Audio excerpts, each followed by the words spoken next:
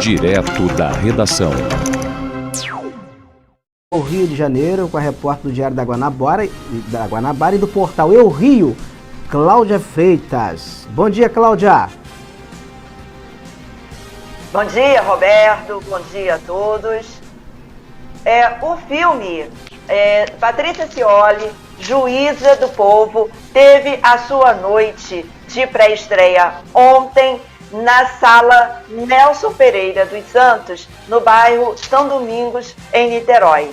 O filme, ele conta a história da juíza Patrícia Scioli, que foi assassinada no dia 11 de agosto de 2011 por policiais do Batalhão de São Gonçalo. Ela foi atingida por 21 tiros quando chegava em casa no bairro de Piratininga, também na região oceânica de Niterói. Esse crime, ele aconteceu então no dia 11 de agosto de 2011. A Patrícia Scioli, nessa época, ela era titular da 4ª Vara Criminal de Niterói e ela era tida como uma juíza linha dura, tinha uma forma singular de conduzir os processos que estavam na sua responsabilidade, com total ética, responsabilidade e, ao mesmo tempo, muita humanidade. Antes de ser executada, a magistrada conseguiu prender mais de 60 policiais militares, principalmente do Batalhão de São Gonçalo, que estavam envolvidos com um grupo de extermínio e de milícia. Esses policiais, né, eles estavam ali no batalhão, né, e também eles são os principais acusados aí de estarem envolvidos na morte da magistrada. E por isso ela começou logo depois de desvendar, inclusive, crimes, né, que eram tidos como auto de resistência, mas na verdade eram cenários forjados por policiais para poder incriminar pessoas inocentes. Depois disso, a magistrada, ela recebeu várias ameaças de morte, ela comunicou essas ameaças de morte às autoridades competentes e, mesmo assim, o Tribunal de Justiça do Rio de Janeiro retirou a escolta da juíza. Esse filme, Roberto, ele também revela os bastidores dessa investigação que levou ao banco dos réus e condenou 11 policiais militares. 2 deles foram que levaram assim as penas mais altas, 36 anos de reclusão. Foram o tenente-coronel Cláudio Luiz de Oliveira e o tenente Daniel Santos Benites. Eles continuam presos na unidade prisional da PM em Niterói, mas eles não foram expulsos da corporação. Ou seja, eles recebem normalmente os seus salários. O tenente-coronel Cláudio, ele recebe um soldo de R$54 mil, já o tenente Benites, ele faz medicina e recebe por mês R$10 mil. Esse filme, ele foi dirigido, ele teve roteiro e também foi dirigido pelo jornalista Humberto Nascimento, que é primo da juíza Patrícia Scioli, e ele faz um mergulho na vida pessoal e na vida profissional da magistrada e revela aspectos surpreendentes até para a própria família, né? E ao mesmo tempo muito humanos dessa magistrada. Ele conta esses detalhes na entrevista que nós fizemos ontem à noite com ele durante a pré-estreia. Vamos assistir.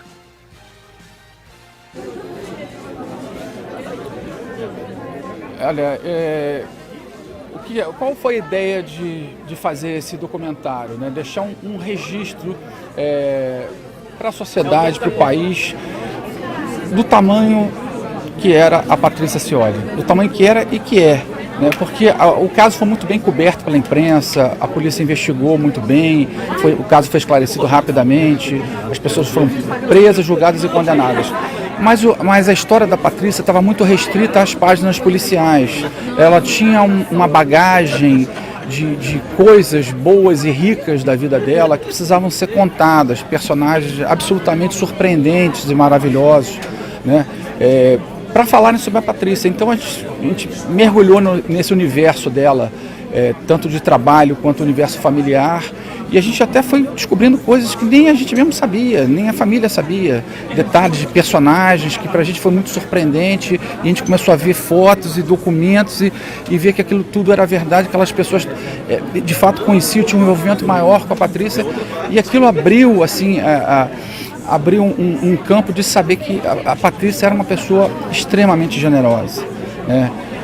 E isso, de certa maneira, nenhum jornal consegue passar essa emoção. A gente precisava de tempo para contar, né? E um tempo que as páginas dos jornais não têm esse tempo, né? Você dá a notícia, né? Então a notícia já tinha passado, mas a memória ficou e a gente tinha que contar essa memória de uma maneira melhor, né?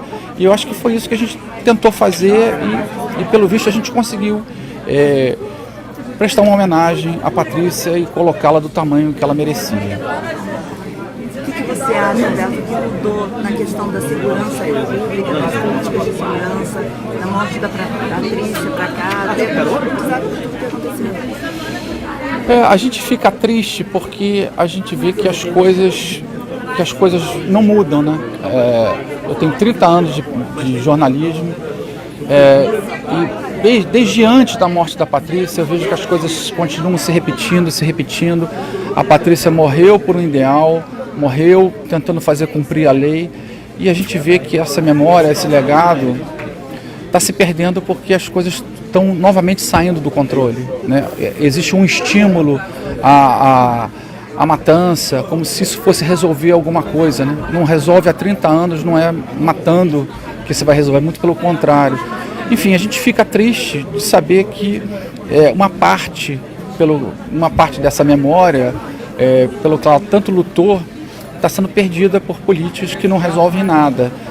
Agora, a gente fica torcendo. Eu acho que o que eu mais quis deixar nesse documentário era a Patrícia voltando do passado para dar uma mensagem para o futuro. Que país que a gente pretende? É esse?